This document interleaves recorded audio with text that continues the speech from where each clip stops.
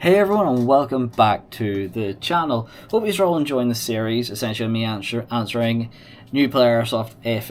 In this one we're going to discuss beyond the basics. So, first thing, as I did touch on in regards to in safety and all that type of stuff, is good quality BBs. So, the importance of good quality BBs extends from the aspect of just safety alone. The better quality the BB, the more accurate your BBs are, the better distance, the better backspin, and the less likely you are to get things such as mechanical failures, damages, all that type of thing. So it isn't too much technical stuff to get into on this aspect. The lower quality of BB, higher chance of it shattering if there's a misfeed, or getting stuck, or something going wrong, such as having seams, hollowness in it, the fact that they could have divots out of them, that type of thing, where I have found that has happened, and I've seen it on lower quality BBs. So I would highly recommend investing in good quality BBs off the start. Get used to it, as I know the temptation of cheaper is more affordable and it can mean you can buy more things. Don't cheap on them. You'll do your guns a lot of damage, and you risk doing other people damage. Next thing I want to talk about, magazines. There's 3 different types of magazines. There's low, mid, and high cap, and you also get the box mags and that type of thing. But most people will go for mids. Mid caps are between 100 to 250 rounds, depending on what magazines you use. For example, the Amaroks are 250. Most high caps will hold between 300 and 450 BBs. Some will hold 600, maybe more, especially for the big banana mags on the AK-47s and RPKs, that type of thing.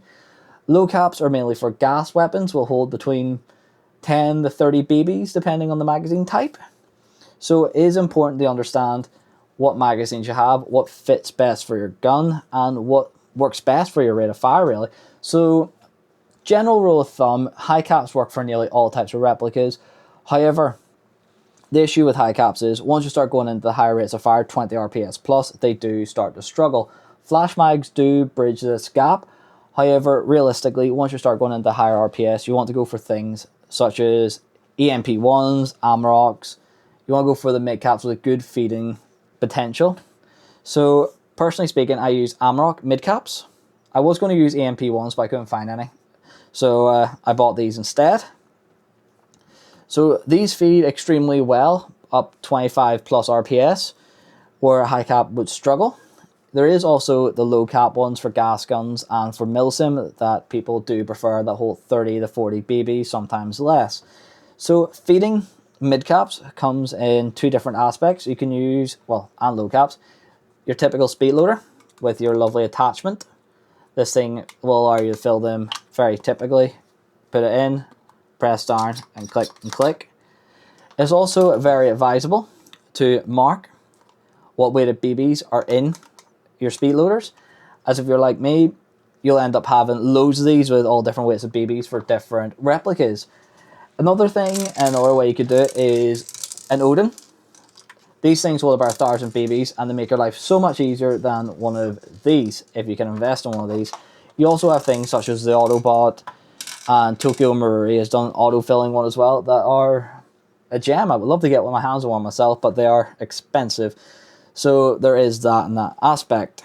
So, on the topic of magazines, in regards to your gear, it's always important to have a couple of mags. Things will break in these, things will go wrong with these, airsoft games will carry on longer. Having a single mid-cap will not last you an entire game unless you're extremely conservative and extremely stingy with your BBs. However, most games will take 2 mid... I've seen me use 1 or 2 mid-caps most games. I've seen me maybe go 3, 4 mid-caps depending if someone annoys me or not, or depending on the length of the game. I've never managed to use 4. Plus, despite the fact I carry 8 of these things for some game modes, due to my excessively high rate of fire on 3.2s. Well, it's not that excessive, it's only 25. But definitely, if you're getting into the sport and you've bought your first replica, invest in a couple of extra magazines. It'll make your life a lot easier, where you're not trying to reload and refill magazines during firefights, or during team movements or trying to do the objective, definitely highly recommend. Next thing I would definitely say is your chest gear. Your chest rig, it is important that it fits you well. It's important that you have it fitting comfortably, and it is made to you.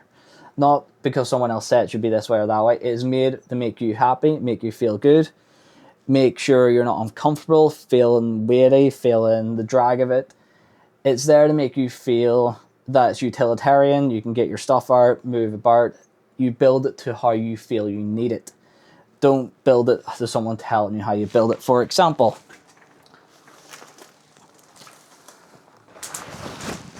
whoops, there's me dropping BBs. My P90 one.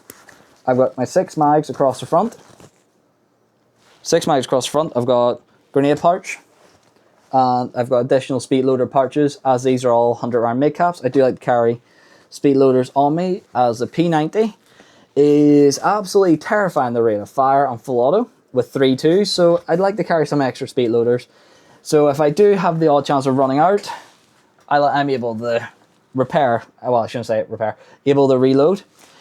Now, in regards to my assault vest, I keep all my mags across the front within arm's reach. Coming around a wee bit to the back, I've got my pyro pouch. And on this back here, I've got repair kit. I've got some basic things such as Allen keys and a multi-tool. So it is important to build these things to how you feel it fits you, not to how someone tells you to do it.